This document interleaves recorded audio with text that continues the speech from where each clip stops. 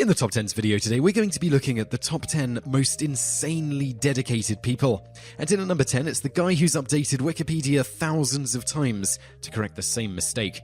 Judging by roughly 80% of the comments on every article ever written on the web, spelling and grammatical errors are the number one pet peeve amongst internet commenters, behind seeing an article written by someone with a female byline.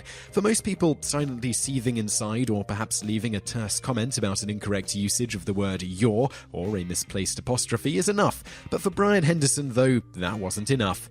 Brian, rather than impotently bottling his anger up, weaponized it and used it to utterly eradicate his personal bugbear, the misuse of the words comprised of from Wikipedia forever. To date, Brian has made tens of thousands of edits on Wikipedia, all to correct that one mistake by hand. Annoyingly, it seems that Brian's quest will never end because, along with all the new mistakes that crop up as the site is being updated with new content, there's at least one troll dedicated to following him around and undoing all of his work. Man, that's some Inception level of Wikipedia editing right there. Number 9. The guy who has a life goal of owning every single copy of Speed ever made on VHS. In the hierarchy of Keanu Reeves' best roles with names that begin with a J, Jack Traven from Speed falls just below John Wick but slightly above Johnny Utah. And we're not saying that Speed is a bad film, we're just saying that Keanu Reeves has done way cooler things, which is why Ryan Beltz's goal of owning every copy of the film ever made on VHS is so hilariously brilliant. In a frank and rather surreal interview with Vice, Beltz notes that there's no particular reason why he wants to own thousands upon thousands of copies of the same film in a now defunct but surprisingly hard-wearing format. He just thinks it would be cool to own all of them, or at least as many as he can get his hands on. The best part is, Beltz doesn't even look after his tapes, he just piles them up in the back of his van, which he's trying to make look like the bus from the movie. Hell, he doesn't even know how many copies of the film he has because he's never bothered to count. When asked, he simply responded, "Who really cares?" We don't know, Ryan. You perhaps? Hey, speaking of owning a copy of everything ever made in a dead format. Number 8. There's a guy who owns every Dreamcast game ever made.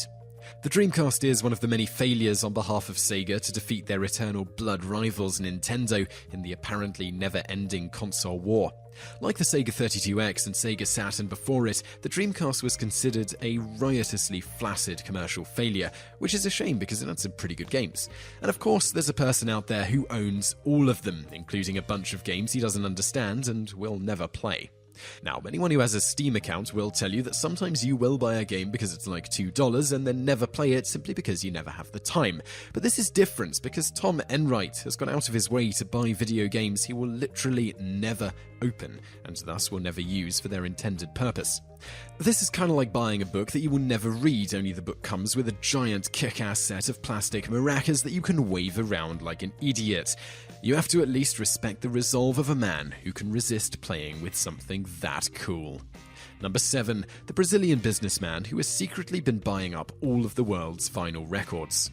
Vinyl records are a strange commodity because despite the format being hugely outdated, they will always be superior in terms of audio quality because they're an analog representation of the original recording. With that in mind, it's not surprising that people collect these things. What is surprising though is that there is a man out there called Zero Freitas who owns almost all of them. No, seriously, unlike Ryan Beltz up there, Freitas isn't pussyfooting around, and he's used his vast wealth to buy millions of records with the singular goal of one day owning every piece of music ever recorded. Freitas plans to one day make his collection public and has a keen interest in securing music made by artists in countries where transferring music to a digital format isn't commonplace, thereby saving them from disappearing forever. Freitas is so dedicated to his goal that it's not unusual for him to buy every record a person owns, in secret, just to secure one that his collection doesn't have, because that's just how Freitas likes to roll. Number 6. The guy who rage bought a bunch of toys so other people couldn't have them.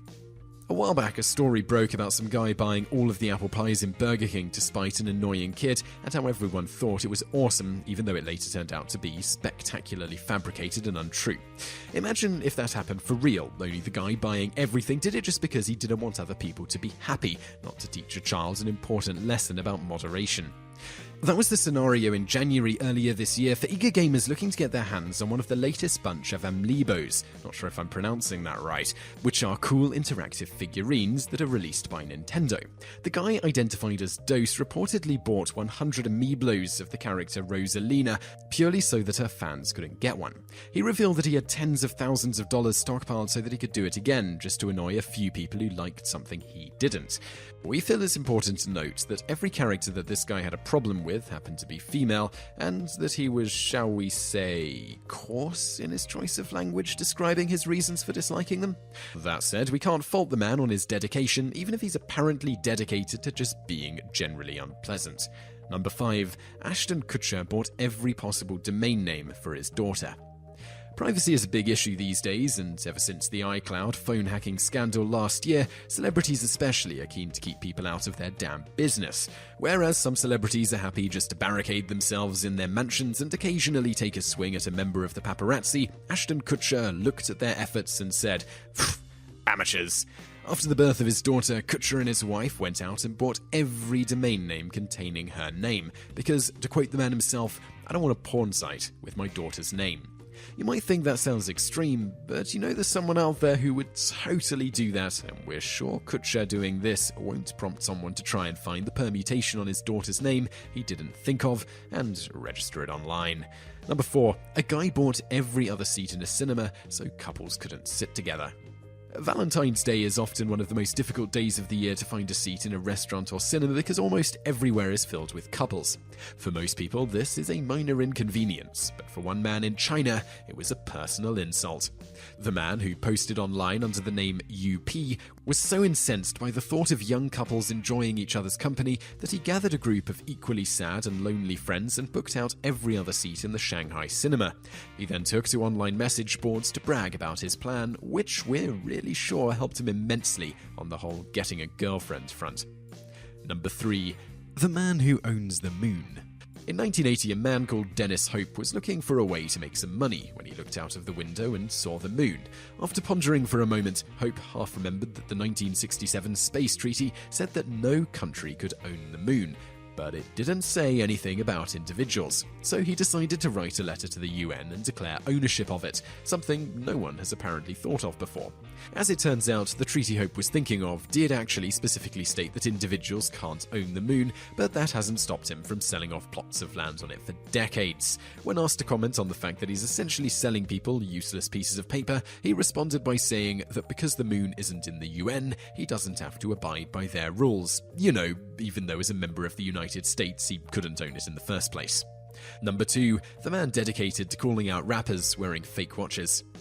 Ever since smartphones with built-in clocks became the norm, watches have become more of a fashion accessory than something you necessarily need.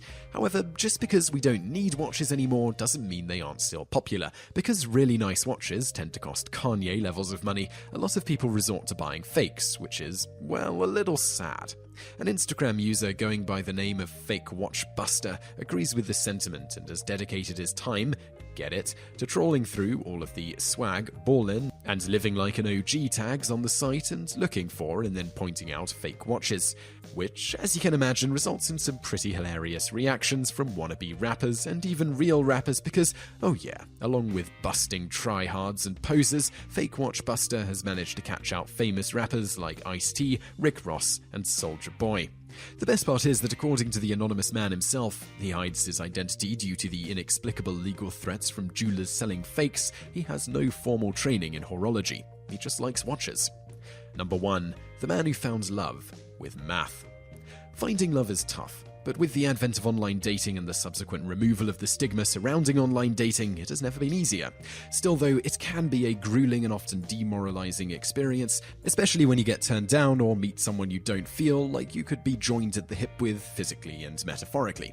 Chris McKinley was one such disenfranchised lovebird, and after dealing with constant rejection and stony, ego-withering silence, he decided to do something about it. Using his skills as a mathematician, McKinley spent weeks painstakingly figuring out how OkCupid's algorithm worked before creating a super profile perfectly engineered to appeal to the exact kind of woman he wanted to meet. McKinley's profile went from getting a handful of views a week to hundreds per day, and he was bombarded by women wanting to meet him. After playing the field and having what we assume was an astonishing amount of sex, McKinley met a girl he knew he wanted to spend the rest of his life with. And that's the thought we want to leave people with. If you are dedicated and committed enough, and also happen to have a PhD in applied mathematics, you too can find love, or at least have tons of awkward sex with strangers.